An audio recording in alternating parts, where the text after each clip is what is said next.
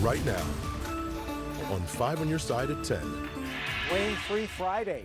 While many of us stay dry heading into the weekend, I'll show you when and where a few of us are more likely to see a scattered shower.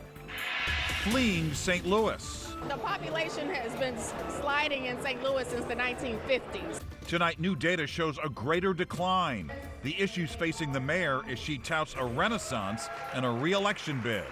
The mayor can make up all his stories, crime down, but every day somebody is dying in the city of St. Louis. And she's the first in her family to go to college. Now she's just hours away from graduating medical school. This new doctor's mission to help others. First tonight, our weather alert is over as the rain is moving out and St. Louis is drying out. Good evening, I'm Mike Bush. And I'm Kelly Jackson. Some showers may linger overnight. Chief Meteorologist Scott Connell's tracking those in the Weather First forecast. And most of them will end up being farther south and southeast of St. Louis as we head through the overnight hours, where the majority of the widespread rain has been this evening. A couple of waves of heavier showers and even some rumbles of thunder. You find those over southeast Missouri, southern portions of Illinois, closer to the Ohio River here as you exit out of Illinois and into Indiana. Still some lightning down that way, still some downpours, but closer to St. Louis, it's been much more scattered. For most of us, very limited rainfall amounts. We did get some spots just east of St. Louis, say over towards Freeburg, Illinois, about 0.4 of an inch there. You got a little bit of heavier rain right now, just south of Flora, back towards Xenia it went through. And here's a look at what those skies look like this evening. Jennifer Jordan sharing this with us on the 5 on Your Side Weather Watchers Facebook group. Yeah, the clouds looked a bit threatening. They were even kind of spinning a little bit, but the ingredients just not there for severe weather. So lower rain chances overall on Friday. It will be much more scattered. It is mainly dry this weekend, mainly. We'll show you where that opportunity for a shower or thunderstorm is on Saturday because there is an isolated storm chance. We'll time that out for you in a few minutes, Kelly. All right, Scott. New tonight, St. Louis Mayor Tashara Jones weighing in on a new report that finds the city is experiencing the worst population loss than any other city in the nation. Critics say crime and low-paying jobs are to blame. 5 on Your Side's Brent Solomon is live downtown after questioning the mayor. Brent? Well, Mike, I caught up with the mayor as she announced her plans to run for a second term. She says this problem is nothing new, but she does have a plan. Tonight, critics have questions. Mingling with supporters and exchanging hugs. She's doing a great job, I think. St. Louis's first black female mayor announced she's ready to serve a second term, touting wins she's claiming while leading the city. St. Louis experienced the lowest homicide rate in a decade and the largest year-over-year reduction in crime in 90 years. Try telling that to the city sheriff. The mayor can make up all his stories, crime down, but every day somebody is dying in the city of St. Louis. He says it's impacting his department. It's hard for me to hire sheriff deputies because nobody wants to work in the city of St. Louis. Salary base is poor. And people are even going places where they can be safer. This, as U.S. Census Bureau estimates show the city lost some 4,400 people last year, the biggest population decline in the country. What are we doing to get people back to the city and keep them here? Well, the population has been sliding in St. Louis since the 1950s, so it didn't start under my administration or even previous administrations. But what we have to do is create opportunity for people to thrive here. She went on to tell me it can be done by investing in communities that have been historically neglected. I love everything about the city. Live in Shaw neighborhood, full supporter of the city, full supporter of the mayor. I can't trust her. I can't hold her accountable. The only thing I can hope for is a better option for my vote. And the last two people you just heard from have different reasons for their stances. The first one says the mayor was there for workers of a nursing home when it abruptly closed during the holidays. The second person says that the mayor failed to improve conditions at the city jail. Mayor Jones now working to get 1,200 signatures to get her name on the ballot. Back to you. Tonight, growing calls to end the violence in North St. Louis after a shooting leaves a 6-year-old in critical condition and another man dead. It happened late last night at a gas station in the Baden neighborhood on North Broadway. Robert Townsend is live outside police headquarters following the search for the shooters. Robert. Mike, tonight police are still looking for at least 2 people in connection with the deadly shooting at that gas station, a station where police have been called more than 200 times in the last 2 years. We are tired of burying our children. We're tired of these type of scenes. The day after, St. Louis police say a man was fatally shot and a 6-year-old boy critically wounded inside this gas station on North Broadway. Precious Jones stopped by the shooting scene and spoke out against the ongoing gun violence. Jones is the founder of the nonprofit Breaking Generational Poverty Foundation. Her 20-year-old son was shot and killed 2 years ago. So we advocate against gun violence. Our goal is to keep our children alive, get the guns out of our communities. When I got here, the ambulance was pulling off, so I just followed the ambulance to the hospital because I knew it was my son. Shantae Bass says around 11 Wednesday night, her 34-year-old son, LaMarco Sharp, was inside the gas station playing slot machines when gunfire rang out. Sharp was shot 3 times. He said, "Baby Buck, I love you. I love you." And I was like, "I love you, Marco." Hours later, the father of 4 died. I'm very upset and I'm very angry. Sharp's family says he had no relation to the 6-year-old who was shot while standing inside the business with his mom. Thursday afternoon, police went back to the area after people in 2 cars were shooting at each other. Meantime, 13 Ward Alderwoman Pam Boyd calls the gas station where the shootings happened a hotspot for crime and a neighborhood nuisance. Boyd wants it shut down, but the owner tells 5 on Your Side, quote, he wants to stay in business to serve his community, a community pulling for an innocent child caught in a hail of gunfire. I'm just praying for a miracle for him. The child is expected to survive. Tonight, police have not told us any new details. If you know anything about those gas station shootings, call St. Louis Police. Live downtown, Robert Townsend, 5 on Your Side. Tonight, members of the Little Flower Parish in Richmond Heights held a rosary rally in support of their priest. The elementary school is closing under the All Things New plan, and the congregation says the Archdiocese is forcing Father Larry Herzog to retire. He served the Archdiocese for nearly 45 years, the last 17 at this parish. If he's being forced out at 73, why are we told that there's a priest shortage when the Pope is 87? Plenty of other pastors are well over 75 in over 3, 4, sometimes 5 parishes. Parishioners said they gathered tonight to pray for Father Herzog, the Archdiocese, and Archbishop Mitchell Rosansky. And tonight, we've learned the Vatican has denied the appeals of 2 parishes set to close under the All Things New plan. They are St. Francis of Assisi in Lubring, that's in Franklin County, and St. Catherine of Alexandria and St. Genevieve. 7 other parishes with appeals are still waiting for a decision. Tonight, a group of St. Louis moms is headed back from Washington, D.C. They were back on Capitol Hill today, fighting for federal compensation for victims sickened by radioactive waste. They're calling for an extension and expansion of RECA, or the Radiation Exposure Compensation Act. If passed, it would include people in St. Louis harmed by nuclear waste connected to the first atomic bomb. The bill, which has bipartisan support, has been stalled on the U.S. House. They're calling on House Speaker Mike Johnson to bring it to the floor for a vote. When you have Cori Bush and Josh Hawley on the same side, fighting for the same thing for our Missourians, you need to listen. Do not let us go back to St. Louis without good news. RECA expires next month.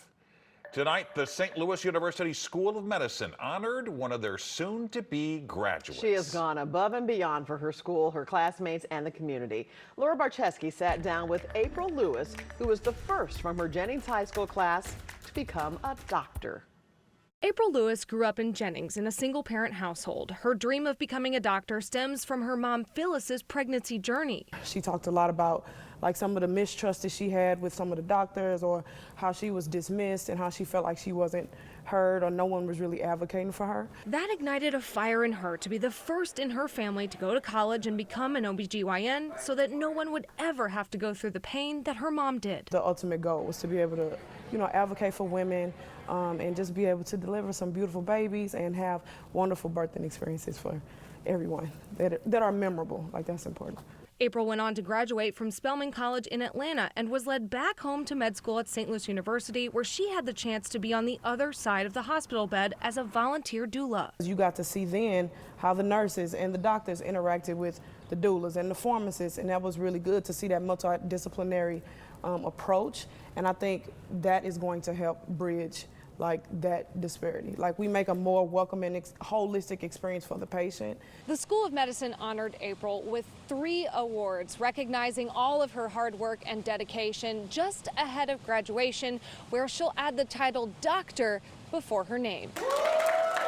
We're just incredibly proud and grateful, and the community honestly is very lucky that we're getting to keep her here to continue to provide that care. Her family and high school sweetheart Deshaun Caver have been with her every step of the way. Seeing that it's possible to come from where we come from and be very impactful in our community is one of the things that should be shined upon.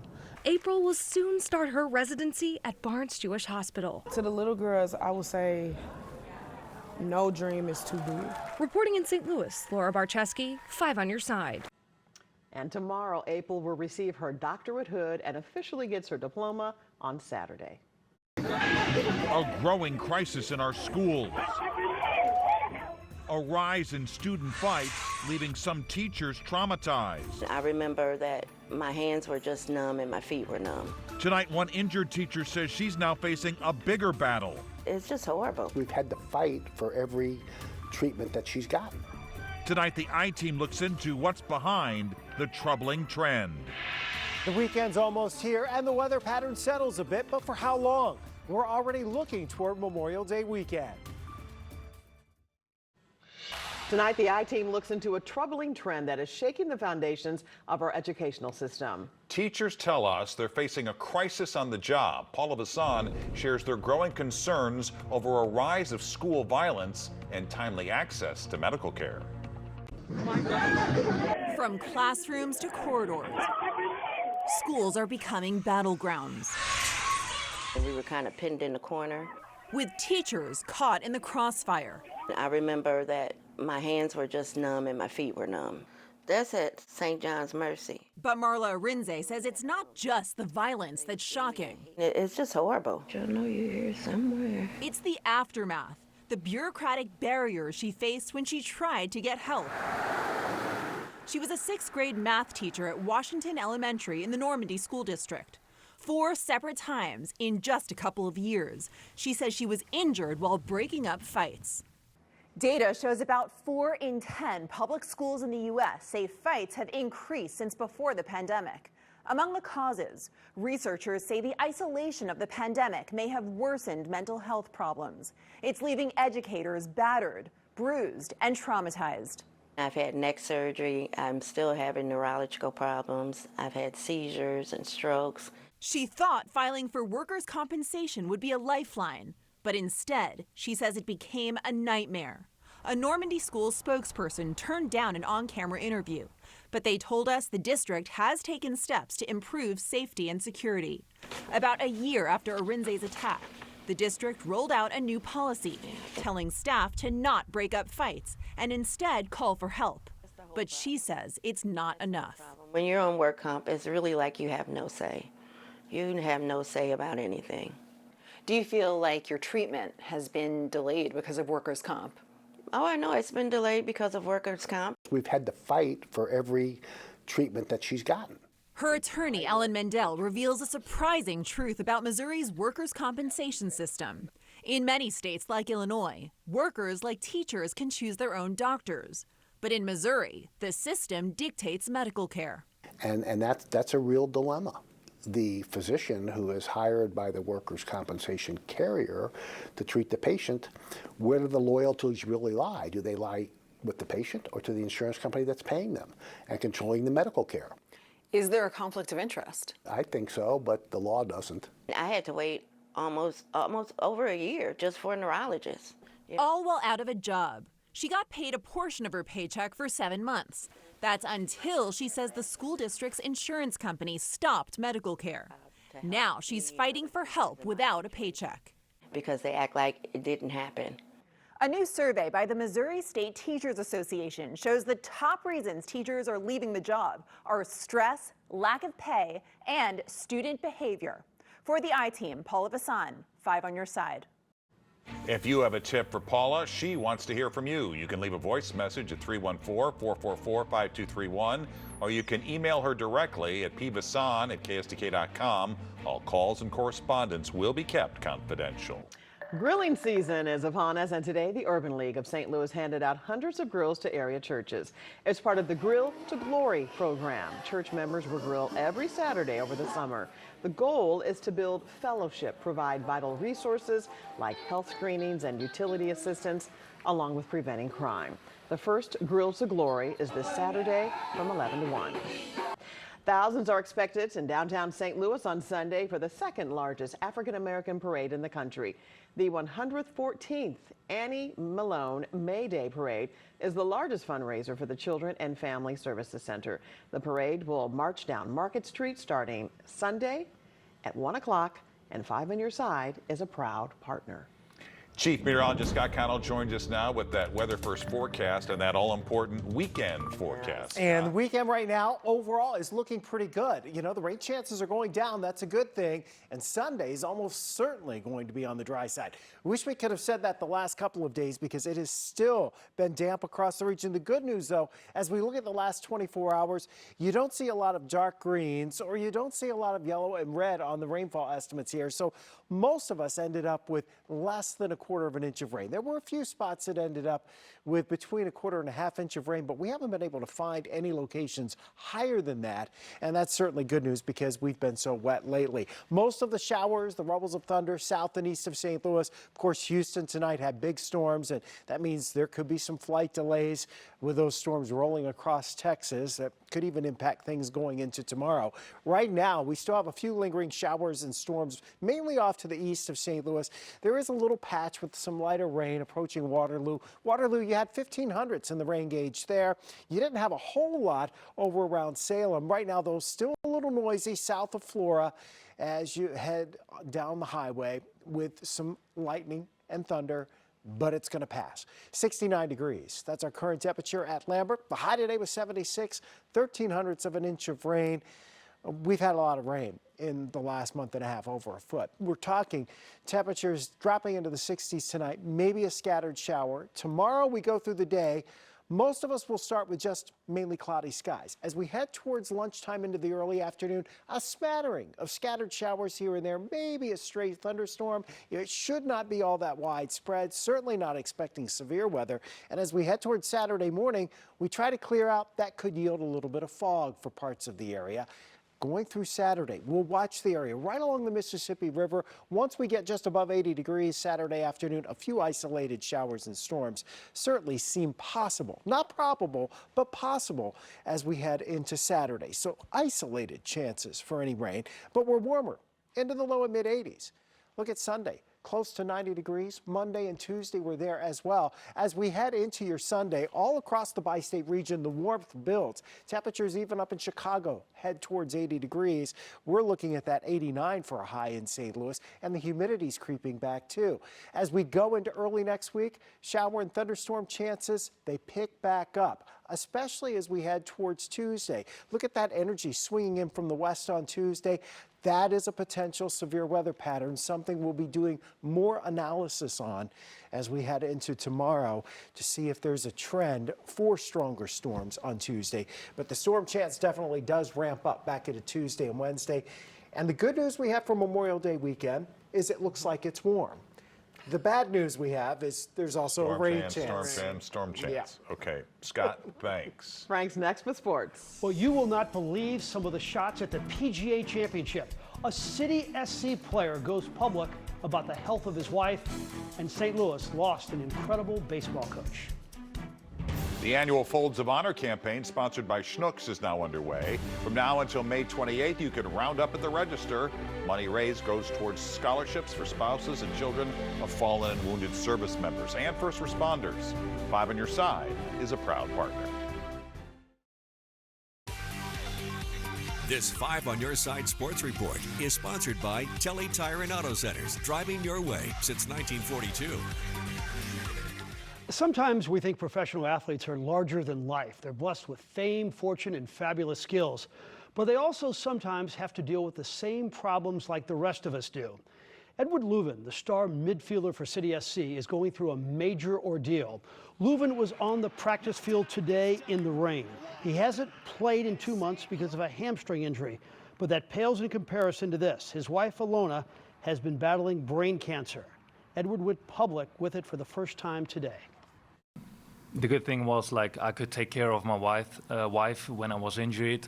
But now that she's also doing well, it's also good for me to think about something else. And I know that my wife is also very happy about that, to see me playing again. Round 1 of the PGA Championship, a lot of moments of greatness. How about Francesco Molinari on hole 13, and he holes out for a 2. Scotty Scheffler, first hole, second shot, 169 yards with a 9-iron. And this is a thing of beauty. Scheffler finished 4 under for the day.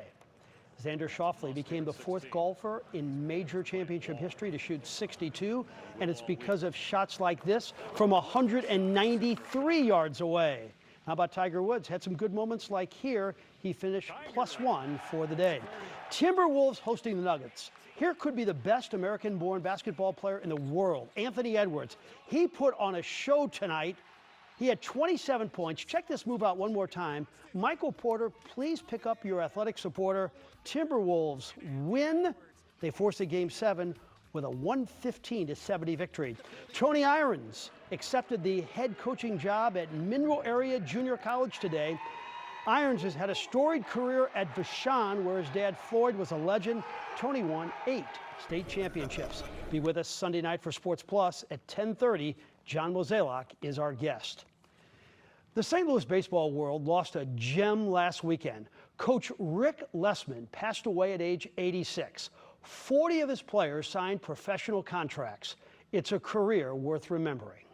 I don't see how you can call that man safe when you don't see it hit the ground. As far as amateur baseball goes, he's got to be #1 in the entire St. Louis area. Rick Lessman was a coaching legend. At Merrimack, his 963 wins are the 3rd highest total in junior college history. He never had a losing season in 27 years. 9 times he went to the national tourney, and in 1974, he won it all. Neil Fiala was the MVP of the 1975 World Series for Lessman. He was never a scream and yell type of person. He had more of a soft voice, but if you talk to all the players that played for him, there was always the Lessman mannerisms that he'd have. He'd say, "Oh, you're killing me." Neil's brother Rick was an All-American for Lessman. He brought the best out of me. I would never been an All-American if it wasn't for him. He knew when to yell at me. He knew when to tell me how good I was doing. He motivated me the best player I could be. After Merrimack, Lessman went to Washington U and won nearly 400 games in 17 seasons. He also put on hundreds of hitting clinics. Albert Pujols was there to demonstrate at this one. Lessman ended up in 4 different Halls of Fame, but he told us 33 years ago it wasn't about the accolades. If I had a choice of winning a national championship and going to the Hall of Fame, I would take winning the national championship every time. Lessman was a relationship guy. Long after he stopped coaching you, he remained close with you. Whenever I talked to him, I would always say appreciate everything that he did, that's for sure. And he knew, because I would call him from time to time and just get some ideas. I wound up coaching against him in the Metro Collegiate League for many years. And we talked baseball all the time, and I thanked him for what he did for us. And Rick is survived by that woman at the end, his lovely wife, Jackie. They were married for 61 years. Wow. Oh, wow. Quite a man. He will be missed. Yep. Frank, thanks. Well, a golden ticket goes on sale tomorrow. How you can watch Simone Biles here in her husband's hometown and on a new TV show. It's the ultimate block party. We're here in downtown St. Louis, and in less than 24 hours, people will pack the streets of Washington Avenue. We'll have the 3 things you need to know ahead of this year's City Social. That story and more tomorrow on Today in St. Louis. Tomorrow you can buy tickets to see an Olympic goat. greatest of all time. After the Paris Games, Simone Biles is bringing her Gold Over America tour to the St. Charles Family Arena. That's on October 15th. Tickets will go on sale at 10 a.m. through Ticketmaster. And while she is expected to be the star in Paris, Biles will also be starring on Netflix this July. Simone Rising is a 4-part documentary that will highlight the 27-year-old's comeback, her battle with mental health, and her personal highs, including her marriage to St. Louisan Jonathan Owen. And the Olympics are coming up fast. Right around the corner. There you have it. 5 on your side at 10. The Tonight Show starring Jimmy Fallon is next. Be sure to start your day with Today in St. Louis. That starts at 4 a.m. Have a great tomorrow.